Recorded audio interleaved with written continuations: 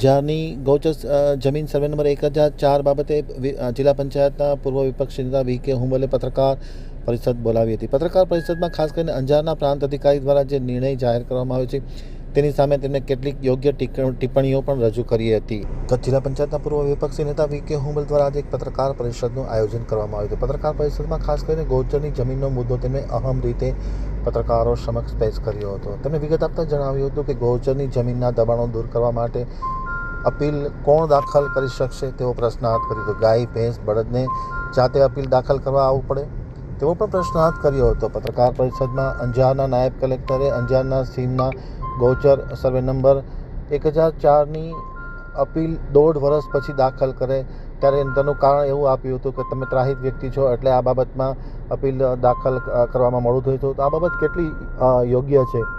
અંજારના પ્રાંત અધિકારી દ્વારા આ પ્રકારનો જો જવાબ આપવામાં આવે તો તે ખૂબ જ ખરેખર ગેરવ્યાજબી છે। આ બાબતે પત્રકાર પરિષદમાં તેમણે ખૂબ જ વ્યવસ્થિત વિગતો આપી હતી અને પત્રકાર પરિષદમાં વી.કે. હુંબલની સાથે ખાસ કરીને રામદેવસિંહ જાડેજા, ધીરજ રૂપાણી, ગનીભાઈ કુંભાર સહિતના કોંગ્રેસના પદાધિકારીઓ ઉપસ્થિત હતા અને જિલ્લા પંચાયત સામે વૈધક સવાલો વી.કે. હુંબલે રજૂ કર્યા હતા। હવે જોઈએ પત્રકાર પરિષદમાં તેમની પ્રતિક્રિયાઓ।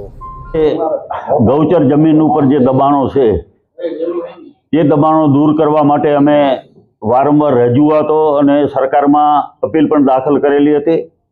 આજનો મુદ્દો જે છે એ અમારે અંજાર સીમનો મુદ્દો છે।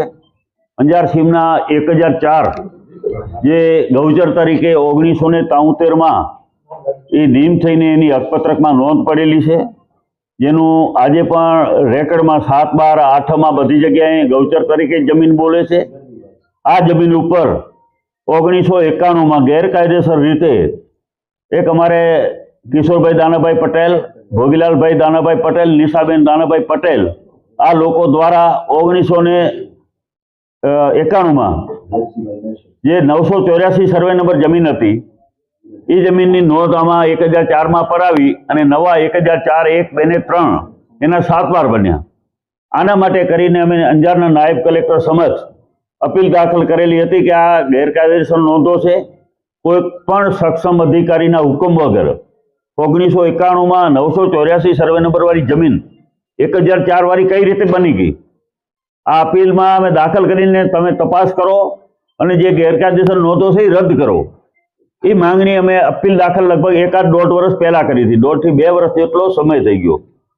તો 1.5-2 વર્ષ પછી એને ખરેખર તપાસ કરીને એનો નિર્ણય કરવાનો હતો, એના બદલે 1.5 વર્ષથી પછી અમને એવો હુકમ કર્યો અંજારના નાયબ કલેક્ટર સાહેબે કે આ જમીનમાં તમે ત્રાહિત વ્યક્તિ છો એટલે તમારી અરજી અપીલ કમી કરવામાં આવે છે રજિસ્ટરમાંથી। નવાઈની બાબત એ છે તો ગૌચરની જમીન ઉપર ક્યાંય દબાણ થયું હોય તો એની અપીલ કોણ દાખલ કરે? અમે સાહેબ સમક્ષ રૂબરૂ જઈ, નાયબ કલેક્ટર કચેરીમાં રૂબરૂ જઈ ત્યાં અમે આ વાત જણાવી કે ગૌચર જમીન છે તો એની અપીલ દાખલ કોણ કરી શકે? ગાય ભેંસ કે બળદની જાતે આવવું પડે અપીલ દાખલ કરવા માટે? ગૌચરની અપીલ દબાણની એ તો ભારતનો કોઈ પણ નાગરિક કરી શકે। એના બદલે કોઈ પણ જાતનું એકતરફી અમને સાંભળ્યા વગર અમારી માંગણી હતી કે 1004 જ્યારે ગૌચર તરીકે નિયમ થઈ ગયેલી છે તો એના ઉપર એ જ સર્વે નંબર બીજી જમીન કઈ રીતે આવી શકે?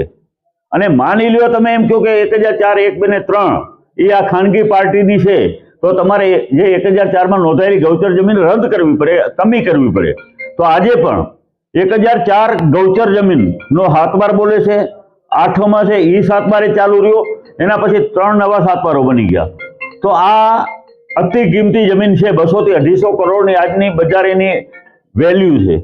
એ જમીન ઉપર એને તપાસ કરવાના બદલે જે જમીન ઉપર ખરેખર તો કલેક્ટર સાહેબના ધ્યાનમાં ખાલી આવે ને કે ક્યાંય ગૌચર ઉપર દબાણ છે તો એને સુઓ મોટો કરીમાં લઈ અને તપાસ કરવી જોઈએ। સુઓ મોટોમાં લઈ તપાસ કરી અને ગેરકાયદેસર નોંધો હોય તો એને રદ કરવાની જવાબદારીને ફરજ માન્ય કલેક્ટર સાહેબ અને નાયબ કલેક્ટર સાહેબની હતી। એના બદલે અમારી અપીલ 108(5) હેઠળની અપીલ એને 1.5 વર્ષ પછી 1.5 વર્ષ સુધી તો અમારી અપીલ રાખી મૂકી। ખરેખર તો તરત એને દાખલ કરવી જોઈએ। 1.5 વર્ષ પછી ના પાડે છે અમને કે તમે ત્રાહિત વ્યક્તિ છો એટલે તમારી અપીલ દાખલ ન કરી શકાય। એના માટે થઈને અમે કલેક્ટર સાહેબ પાસે સમક્ષ અપીલમાં જશું। પણ અમારે કહેવાનો મુદ્દો એ છે, બીજી વાત એમાં 1004 છે એ અંજાર સીમ છે। તો એમાં એની જમીન ઘટતી હતી, તો બાકી મેઘપરની એમાંથી જે સરકારી સર્વે નંબર છે 160 એની 5-6 એકર જમીન લઈ લીધી. તો આ બધું તો ડીઆરઆર માપણી કરે તો જ દૂધનું દૂધ અને પાણીનું પાણી થવાનું છે. તો ઘણી વાત અમે આ સાહેબ સમક્ષ રજૂઆતો રૂબરૂ તો ઘણી વખત કરી, પણ જ્યારે અમારી અપીલ જ દાખલ ન કરી, ખરેખર તો નાયબ કલેક્ટર સાહેબને અપીલ દાખલ કરી, મુદ્દા વાઇઝ ખરેખર એનો તમામ તપાસ કરી અને નિર્ણય લેવાની જવાબદારી એમની હતી, પણ એમણે નથી લીધી. લોકેશન ક્યાંનું છે, કઈ જગ્યાએ છે? આ લોકેશન છે આપણે અંજારથી આદિપુર જઈએ, જ્યાં માનનીય પ્રધાનમંત્રી શ્રી નરેન્દ્ર મોદી સાહેબની પણ સભા એટલા માટે થઈ હતી કે સંરક્ષણ મળે આ જમીન. ત્યાં રમેશભાઈ ઓઝાજીની ભાગવત કથાનું પણ ત્યાં આયોજન હતું, એટલા માટે થઈ કે આ જમીન બચી જાય. તો આ જમીન મારે આપણા માધ્યમથી હું ખાસ કરીને એટલા માટે કહેવા માંગુ છું કે અંજારમાં આવી 2000 થી 2500 એકર જેટલી જમીન છે. 2000 ભૂમાફિયા છે કે રાજકીય પીઠ? આમાં એને રાજકીય પીઠબળ ચોક્કસપણે મળતું હોય, એને બિનખેતી કરવાના પણ પ્રયાસો કરી જોયા, એમાં સોપારી દેવાના પણ પ્રયાસો થયા, પૈસા દેવાના કે ગમે એમ કે બિનખેતી પર બિનખેતી તો હજી સુધી થઈ શકી નથી, પરંતુ એને પૂરેપૂરું ભારતીય જનતા પાર્ટીના આગેવાનો અને નેતાઓનું સંરક્ષણ એને મળી રહ્યું છે.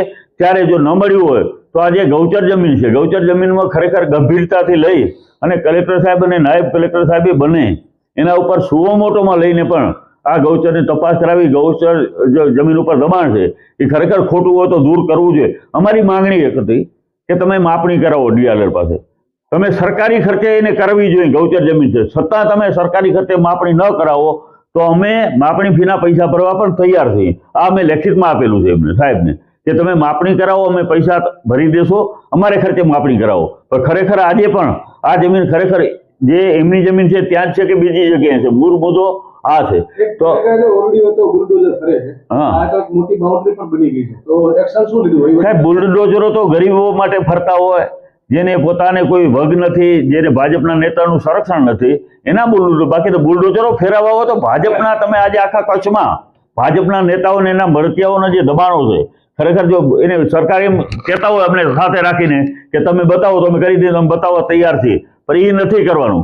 એને ગરીબ આપણે વાત કરીએ કે નબળો ધણી હોય બૈરી ઉપર સુરો, એવી તો હાલ છે આ ભાજપની સરકારનો કે એ નબળા લોકો ઉપર છે એને ખરેખર દબાવી ધમકાવી, અને ખાસ કોઈ સમાજને, એવો સમાજ છે જેને ટાર્ગેટ કરવાની આ સરકારની નિયત છે. આ નેક્સ્ટમાં અમારે એવું છે કે ગૌચરની કુલ 2200 મીટર જેટલી 2200 એકર જેટલી જમીન અંજારમાં છે, ગૌચર તરીકે નોંધાયેલ. આજની તારીખમાં એના 7, 12 ને 8 છે. માપણીમાં 15માસી કાર્યક્રમમાં બધી જમીનો મપાઈ ગયેલી છે. આ જમીનો ખરેખર કલેક્ટર સાહેબે માપણી કરાવીને ખુલ્લી કરાવવી જોઈએ, પણ નહીં કરે. અમને ખબર, કારણ કે ભાજપના વગદાર લોકો પાસે છે.